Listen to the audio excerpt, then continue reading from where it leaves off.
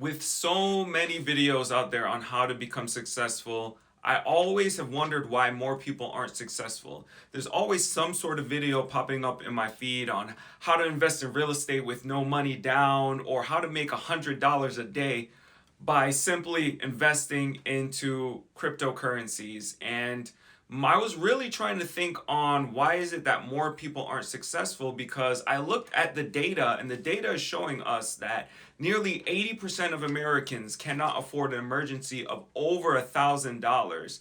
Then, tied on that, I found another study that showed that nearly 80% of Americans are unhappy with their current situation. So, could there be a correlation between those two numbers? I don't know. You have to decide for yourself. But I was really trying to dive into, with so much information out there, especially for free nowadays, why is it that more people aren't where they want to be in life? And in today's video, I'm going to give you my best estimation and guess on why that is, with an example I like to call the success triangle, and it will literally give you an analogy that I like to use, and it is a sailboat analogy, and I will demonstrate to you guys in real time why most people do not achieve the success that they want in life. So with the sailboat analogy, the way I like to think about this is, if you were going to chart out for sail, what are some of the things that you need to be aware of, right? So you have your starting points. This is where you are, starting point, and then you have your destination, where you want to be at the end of the day, right? Destination. And I have my notes here so I don't misspell anything, because my spelling is not the best. Destination. Cool. So if we were going to set sail, these were the two things that we need. We need our starting point and our destination, right? So we get excited. We see the destination. And for this particular example, let's say that the destination that you want is weight loss. So your starting point, let's say that you're 200 pounds, and your destination, you want to lose 30 pounds. You want to get down to 170, right? That's the destination. You get excited, and then you try to set sail, but then you're like, oh my gosh, I do not have a map. I don't know how to get from 200 down to 170. So we decide that we need a map, right? I like my drawing of a map. So what do, right? As humans, we want the cheapest, most easiest, effective way to get to where we need to go to. So we got our compass, right? And our compass, for most people, is a Google search. Maybe they look on YouTube, right? We want cheap, easy, quick.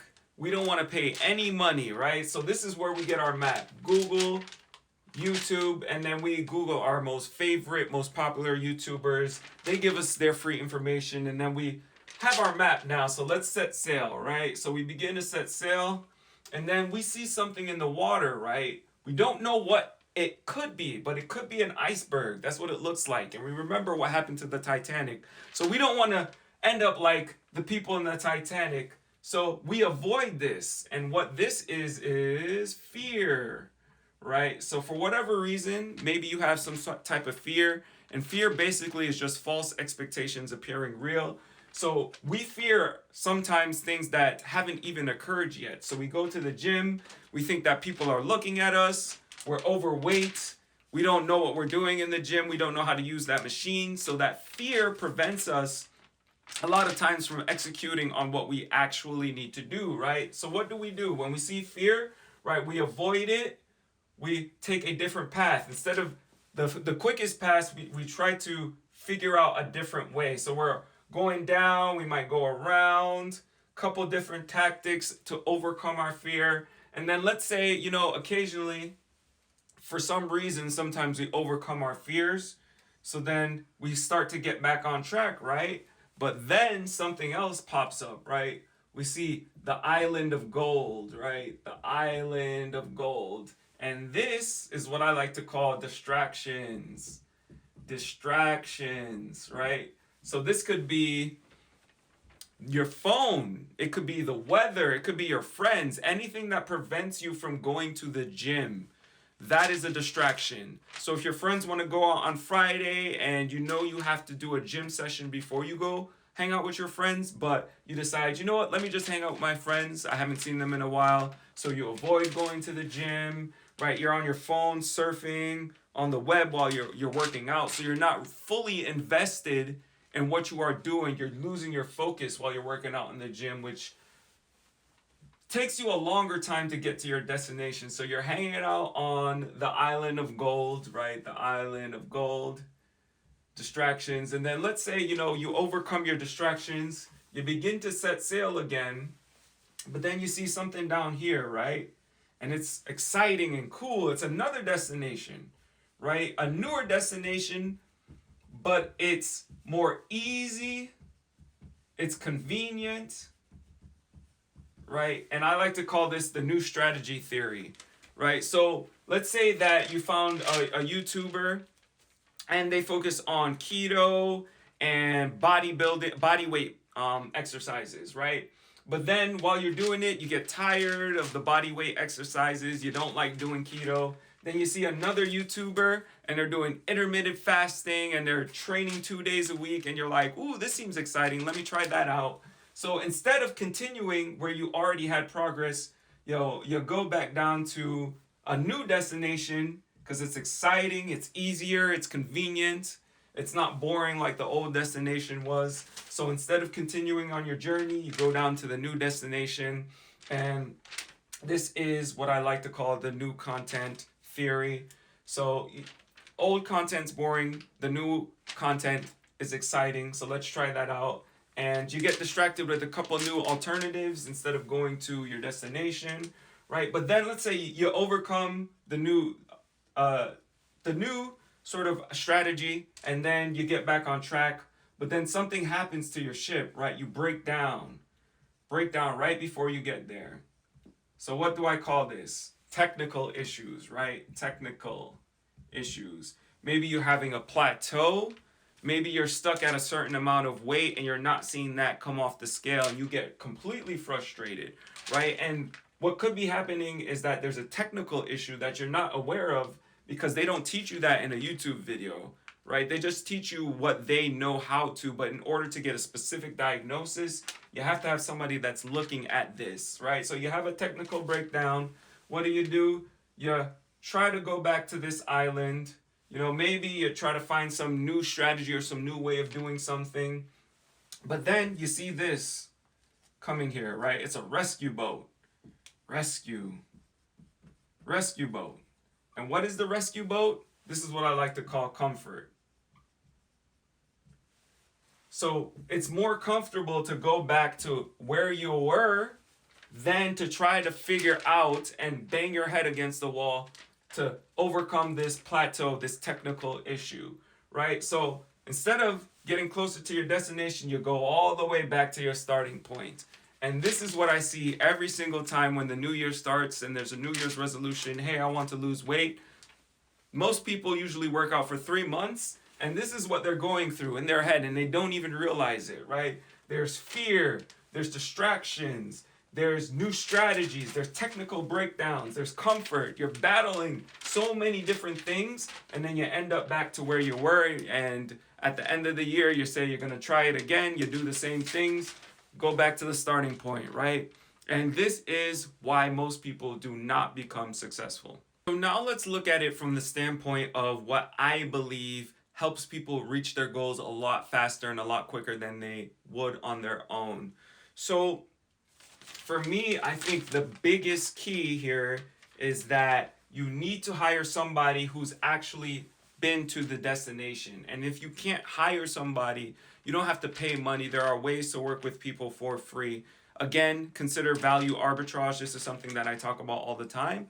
But our compass needs to be somebody who's definitionally where we want to be, right? So we need a mentor, right? And let's say your destination is you want to become a bodybuilder or you want to have a six-pack as quickly as possible. You need to hire somebody who already has had that because they have conscious competence in the areas that you want, right? So let's say your starting point, you're 200 pounds. Where you're starting at, you have what I like to call unconscious Incompetence. Unconscious incompetence. So you don't know what you don't know, right? So you cannot create a map if you have not been here. That's why relying on things like Google and YouTube is not the best situation in most cases. Obviously, if you don't have enough money, it's a great place to get started, but at some point, you are going to need to hire somebody who's been to the destination because they can cut all of the distractions out of the way. So let's look at that road trip again, that sailboat analogy, this time with a mentor and how they can help you solve all of these challenges that you're facing. So the mentor gives you the map, right? The same exact map that got them to have the specific definitional results that you want. So they give you that map, they give you the strategies, the exercises, the things to look at, the things to avoid, and it's cool. You're like, cool, okay, let me start setting sail.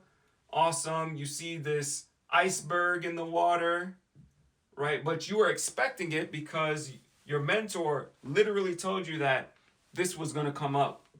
So you're expecting it. Even if you have fear or hesitation or doubt, you can talk to your mentor on how they overcame these things and they can give you strategies and tips, right? So maybe you take a little detour, but then you get back on track really quickly and you start heading back on your destination. And then, oh, the island of gold starts to pop up. Island of gold. Then you start to head in that direction. But what a mentor can provide that YouTube and Google cannot is accountability. Accountability, right? And this is almost a form of peer pressure. So everybody knows that pressure and fear works. So if you can have fear in the opposite direction, it will propel you away from distractions and things of that nature. So you see that accountability forces you to avoid distractions so you get back on track. And then you see a new strategy, right? A new strategy down here. It's exciting. It's not boring like this one. You start to head down here. But then your mentor reminds you of what the end game is. They told you to map out the goals that you want and to stay consistent with one simple strategy, right? You don't want to jump all over the place. So they remind you, they give you affirmation on where you need to go. So they keep you on track, right? You're heading towards your goal. Then you break down right here, technically. Break down, technically. Break down. So you're having technical issues, whether you have a plateau, and this is perfect because your mentor has already experienced these plateaus, so they can give you a new map, right? A new map with detailed instructions on how to overcome that plateau, and then boom, right there, you're at your destination. And this is the best and easiest way that I've seen to reach your goals. And this is exactly why I hired a business mentor to help me get to where I want to in life. Because if I'm going to be teaching this stuff, I want the best and most qualified information that I can. And I want to provide you guys with the same information that I am getting from my mentor and to provide that to you guys because I want to give you guys the specific roadmap that I'm taking to create success. And then by just watching me and seeing how I go through my progression in life, starting from zero, right? Again, starting from zero, going all the way to 10xing income. If you see me building this YouTube channel, overcoming my fears, how I hold myself accountable, how I overcome technical issues, you guys can begin to see it and can understand why it's very important, very valuable to have a mentor in your life. My hope for you guys is that by watching this video, you understand the importance of hiring somebody to help you. And it's not even about spending the money. It's about making a clear decision and deciding exactly where you want to go in your life and finding somebody who's already been there and who can give you the specific roadmap. Because again, we do not know what we don't know. I've never built a six-figure business, so instead of trying to bang my head against the wall and try to figure out how to do it on my own, it's much easier to hire somebody who can help me get to where I want to.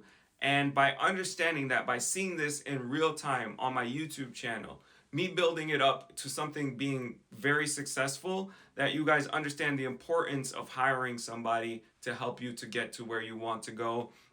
And this just doesn't have to be in business, it can be in any area of your life, whether you want to improve your health and wellness, whether you want to improve building relationships, improve your finances. All of it can be given a specific shortcut with a mentor, somebody who is exactly definitionally where you want to be. This is the best advice I could give somebody starting out. Just hire somebody to help you.